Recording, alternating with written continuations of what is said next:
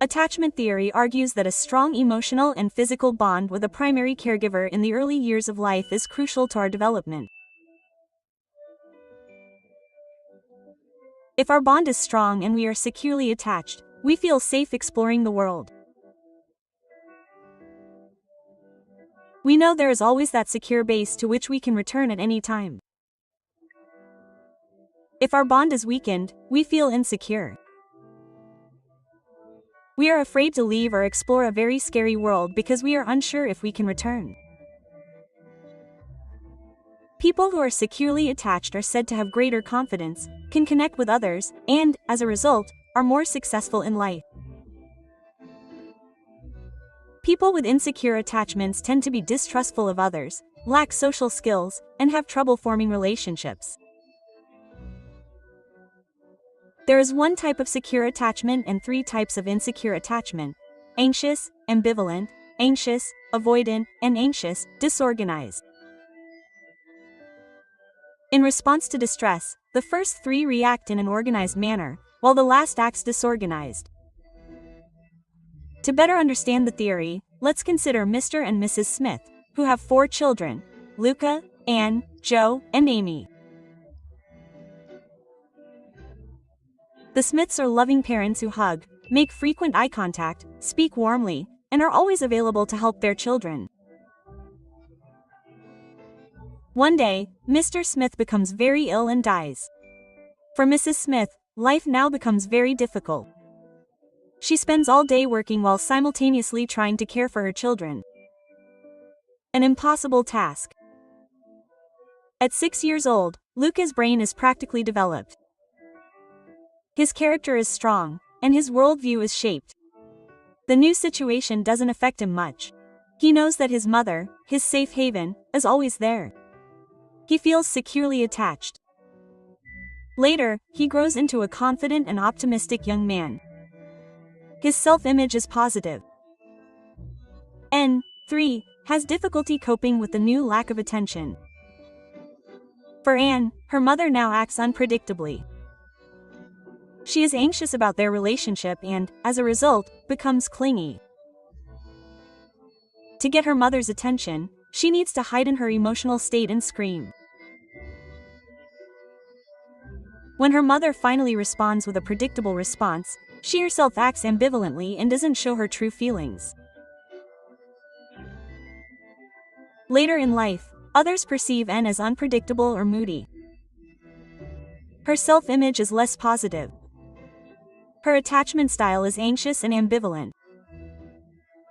2-year-old Joe spends his days with his uncle, who loves him but believes that good parenting means being strict. If little Joe shows too much emotion or speaks too loudly, his uncle becomes irritable and sometimes punitive. This frightens Joe.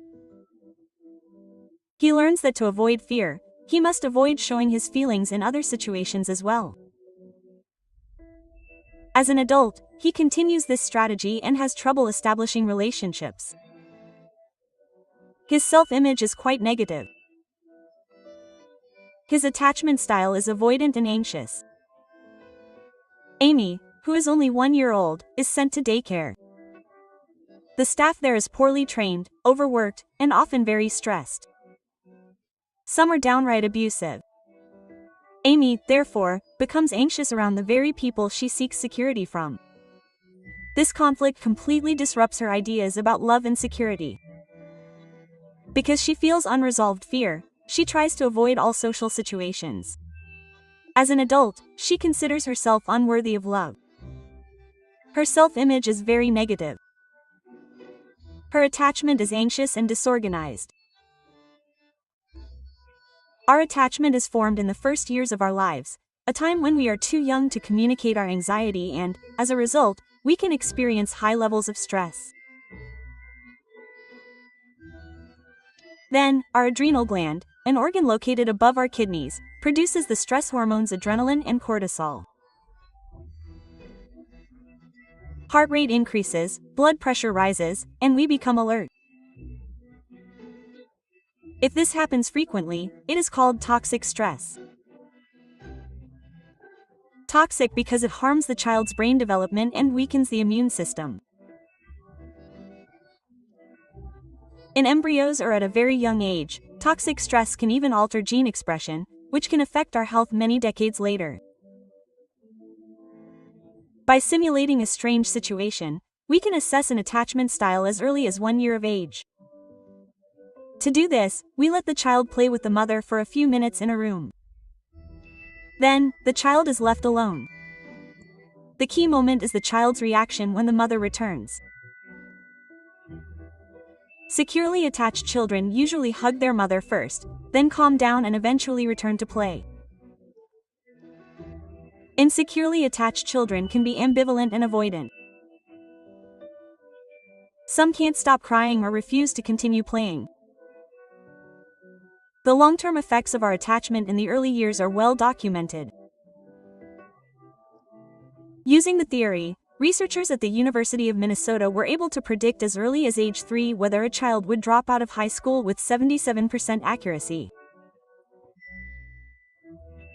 In another study, Harvard students were asked to rate how close they felt to their parents. 35 years later, they were questioned about their health. 91% of those who reported a severely broken relationship with their mother were also diagnosed with health problems, including coronary artery disease, hypertension, and alcoholism. For those who reported a nurturing relationship, the number of poor health diagnoses was only 45%. But there's another reason the early years deserve special attention. They are the starting point for subsequent behaviors. A child who feels securely attached at age 2 can make friends in kindergarten. Their worldview is reinforced with each interaction, and they develop optimism. As a result, they establish strong relationships at school, then at college, and later at work. Children with highly insecure attachment may miss out on this opportunity. Psychologist John Bowlby, a pioneer in attachment theory, reportedly said, "What cannot be communicated to the mother cannot be communicated to the self." In other words, those who feel insecurely attached may not understand themselves very well. To understand who they are and what they feel, you may need to go back in time.